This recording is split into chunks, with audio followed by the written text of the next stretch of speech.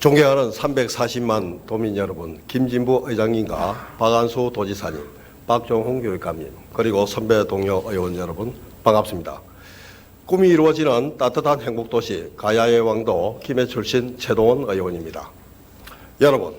여러분은 자신의 집 앞에 빨간 글자로 위험시설물이라고 쓰여 있고 통행인이나 통행 차량에 내 집 주변을 지나갈 때 조심해야 한다는 노란 표지판이 있다면 어떻겠습니까? 오늘 저는 지난 집중호우 때 전국적 조명을 받은 반지하만큼이나 재난에 취약한 3종 시설에 대해 이야기하고자 합니다. 화면 보시겠습니다.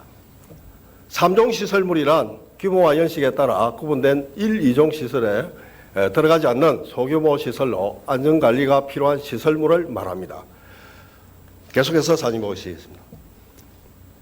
영하 세트장이 아닙니다.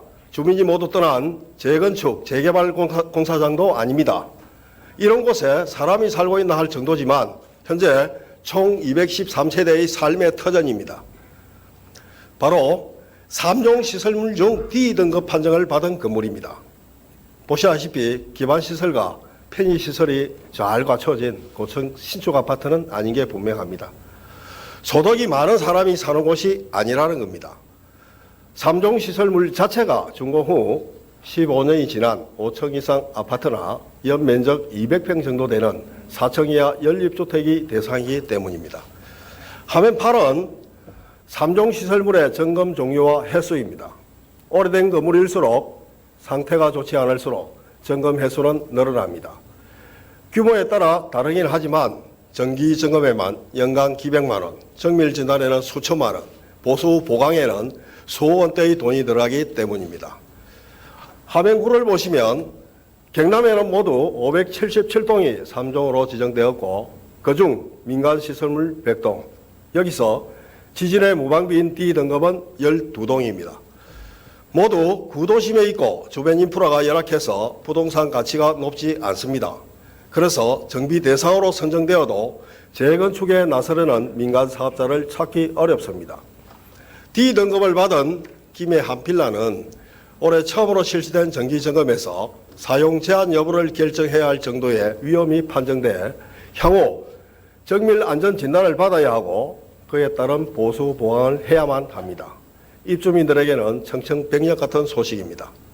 벌써 19년 전 붕괴 직전이라는 E등급 판정을 받고 건물이 10cm 넘게 뒤틀려 유리창을 해 넣어도 번번이 깨지고 마는 역시 D등급의 마산의 봉암 연립주택 주민들은 건물이 무너질까 잠 못 자는 밤을 자그마치 20년을 보냈습니다.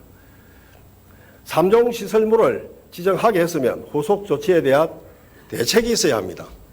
붕괴 가능성이 있는 건물이 사유재산이라는 이유 하나만으로 개인이 자가진단과 보수 공사를 하게끔 법으로 강제하는 것은 국가가 국민의 생명과 재산을 지킬 의지가 없는 것으로밖에 볼 수 없습니다.